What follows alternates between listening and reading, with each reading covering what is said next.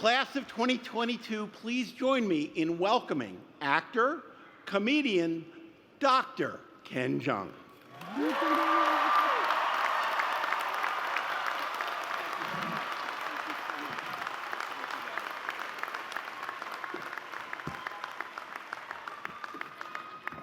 Thank you so much. Thank you, President Fitz, Provost Foreman, distinguished faculty, the entire Tulane family, and most importantly, you. Thank you, graduating class of 2022. Thank you. Bow down. And a very special congrats to Dr. Picard, General Berger, and of course the legendary Hank Aaron on being honored for their outstanding legacies and contributions to society. Thank you so much. Congratulations. And it's an even bigger honor and the highlight of my experience right now, to this day, to talk to right now, future icon, Dr. Lede. Thank you for inspiring me on this day, my favorite part of this experience. Thank you. Thank you. And it is so great to be back home. New Orleans is home. It is so surreal coming back here. I never thought in a million years I would be back here in this context at Tulane where I got my start. I love New Orleans. New Orleans is the greatest town in the world. I have lived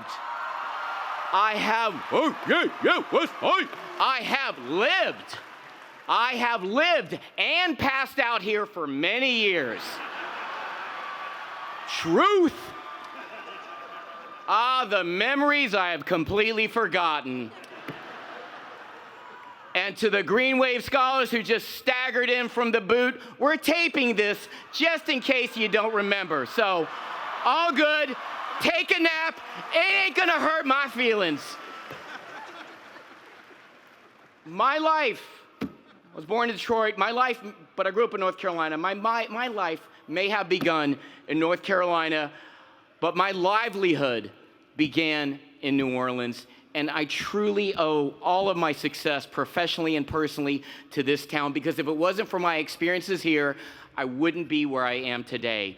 I did research here at Tulane Med School. I did my medical residency at Oxnard. I cut my teeth doing thousands and thousands of stand-up and improv shows here. Shout out to Brown, my old improv group, and even got my SAG card here, appearing on the Big Easy in 1997 on the USA Network, playing, you got it, a wacky doctor. So, and a special shout out to my good friend Mike Strecker. He's Tulane's Director of Public Relations, who I actually started out doing stand-up with. That's how deep these roots go. So congrats, Mike. Mr. Chow just gave you a national shout out. So stupid. Thank you, New Orleans. Thank you for letting me be me. And to the class of 2022, a sincere, heartfelt congrats, because like everyone has said today, President Fitz, Dr. Lede, your class is the toughest class to have ever graduated college in recent history.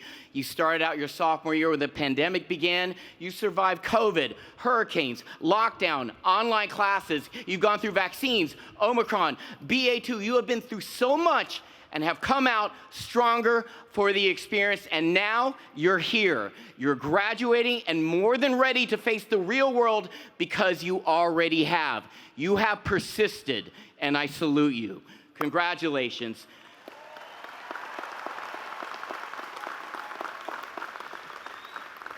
People ask me all the time, what is your key to success? Is it talent? No. Is it luck? No. Is it even being smart? No. To the class of 2022, the key to success is persistence. Michelle Obama once said there is no magic to achievement. It's really about hard work, choices, and persistence. Senator Bill Bradley said, ambition is the path to success. Persistence is the vehicle you arrive in. And most importantly, Chumbawamba once said, I get knocked down, but I get up again, and they dance like idiots. My point is,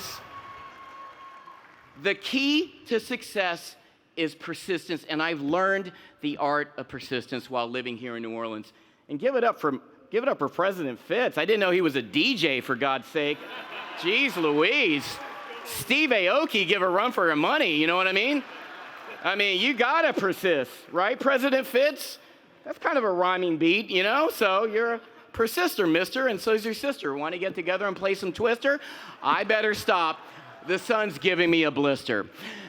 And scene. The reason why I did that god-awful joke was to prove a point. I bombed, I got back up, I persisted, and I'm moving on from that failure. Real world example.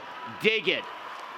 It is all good. We'll throw in some canned laughter for the live stream, and everyone will be none the wiser. Back to the speech. God, I'm day drunk. Now, but this is the place. Am I right? Am I right? I've actually never said what I'm about to say right now. A lot of people, they don't know my New Orleans history.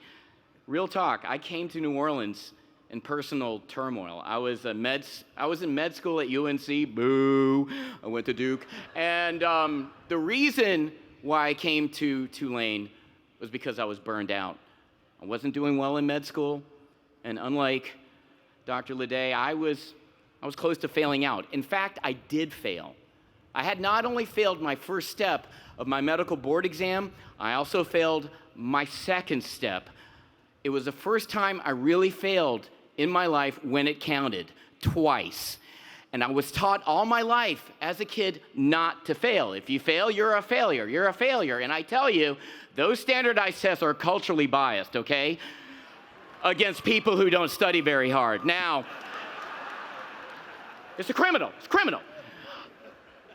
I didn't know if medicine was the right roadmap for me. I was at a crossroads. I was thinking maybe I don't have what it takes to be a doctor, so I really had to figure out who I was. So I took a year off. I did a year of independent study at Tulane Med School, working with Dr. Roy Orlando, head of the gastroenterology department here at Tulane Med School. He was also my mentor at UNC Med School. And when he came to Tulane, he invited me to do research in his department. And quite honestly, he saved my career. I worked in his lab for a year. I got published in the Medical Journal of Gastroenterology. I even got UNC Med School credit for it. Long story short, I was able to hang in there just by pure persistence. And at the end of the year, I retook both steps of my board exams here in New Orleans at the Superdome and passed, and ultimately was able to graduate medical school. I got a second chance in life. Got a second chance. Got myself back on track.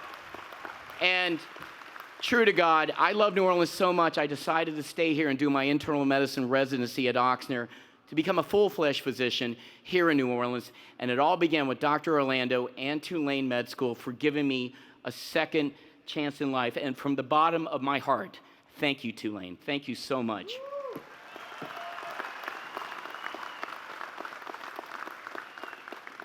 And yet at the same time, this is New Orleans. This is like magic. This opened a whole new life for me. I discovered the wonder and joy that is the city, and I had such a blast. I did everything. I moonlighted on I emceed.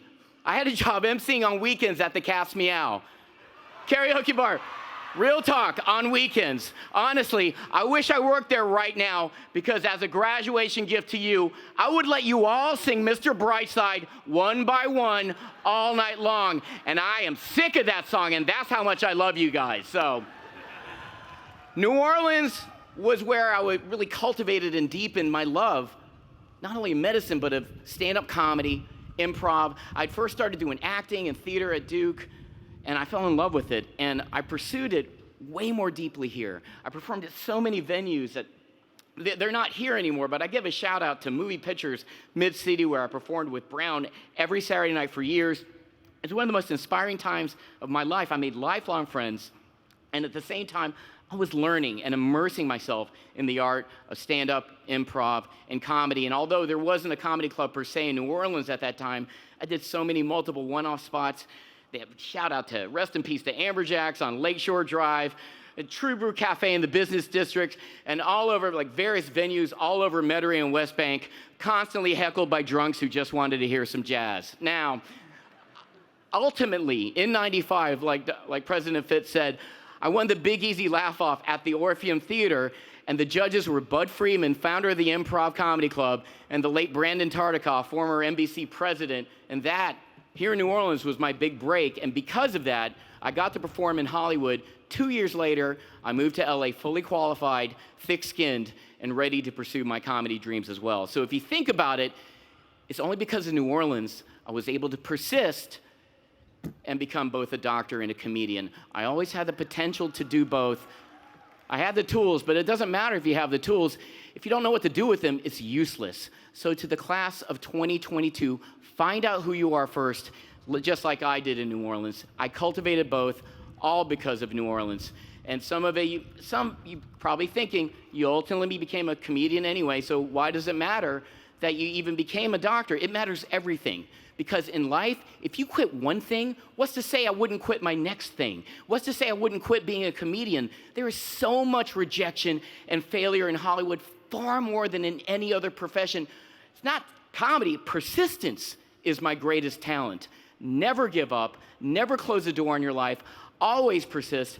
I don't define myself by my job. I'm not just a doctor. I'm not just a comedian. I'm not just an annoying overactor. I persisted in annoying the world for decades, and the world relented, yo. I'm just me. And in New Orleans, I discovered my fully integrated sense of self. And my mentor at Oxford said, you never have to choose between comedy or medicine. He predicted I would blend both worlds. And that's exactly what happened when I created Dr. Ken show on ABC, although it was based on my medical life. And I co-created it with one of my best friends from my improv group here, Mike O'Connell. So in a real way, New Orleans helped me create the most fulfilling project I've ever done in my life, something that fully integrated my true self. And for me, Dr. Ken is New Orleans. It symbolizes the persistence and cultivation of what I learned here. Cultivate, never give up. You never know what can happen. I'm just a person who learned how to persist when times were tough and be stronger for the experience. And that trait exists to this very day. In fact, I am practicing what I'm preaching right now. My life is this speech. I couldn't attend last night's honorary degree recipients dinner because I'm filming a TV series in LA.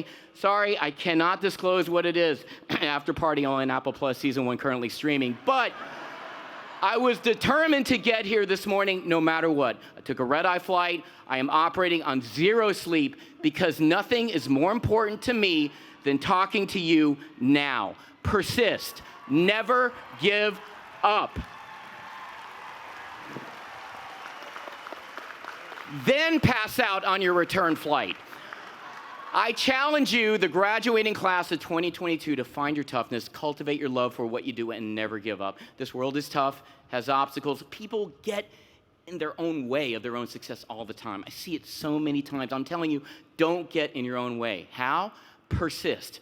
Look at me. There's always second chances. If I can do this, so can you. You will find your own New Orleans. You know what I mean? You'll find your own New Orleans. I mean, sorry, I keep saying New Orleans a lot. I'm sure there's some dudes in the back going, bro, I am in New Orleans.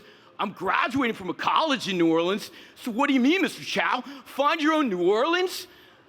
To which I reply, hey, bro, back off. Commencement speeches are hard. You think this is easy? Now, my point is, as you move forward, there are a lot of obstacles that can get in your way. Don't let it. Don't let yourself get in your own way. Don't be afraid to fail. Michael Jordan once said, I have failed over and over again in my life, and that is why I succeed. New Orleans helped answer all those questions about myself. Do I have what it takes to do both comedy medicine? Yes, because in New Orleans, I never would have been a full-time doctor. I practiced 7 years in LA. I never would have met my wife, who's also a doctor, and encouraged me to do comedy full-time. Shout out to the Ho. That's my wife's last name. Back off, censors. Dr. Ho. Dig it. And I'm her pimp for life. Now, I never would have had the worldview I have about COVID, the importance of vaccines, and the importance of critical thinking in general. And believe me, our society needs critical thinkers like you more than ever. And if it wasn't for New Orleans, I never would have been a comic. I never would have done Hangover, Crazy Rich Asians, Community, Dr. Ken, my own Netflix. None of that happens without New Orleans. Everything I've done in my life is a result of persistence, and I challenge all of you to do the same. We have all had a New Orleans education. I lived here for 4 years as well. cultivate what you learned, make something special out of it, and never give up. Thank you, congratulations, and all my luck to the graduating class of 2022. Thank you. And in the words of Mr. Chow, toodaloo, Groonway.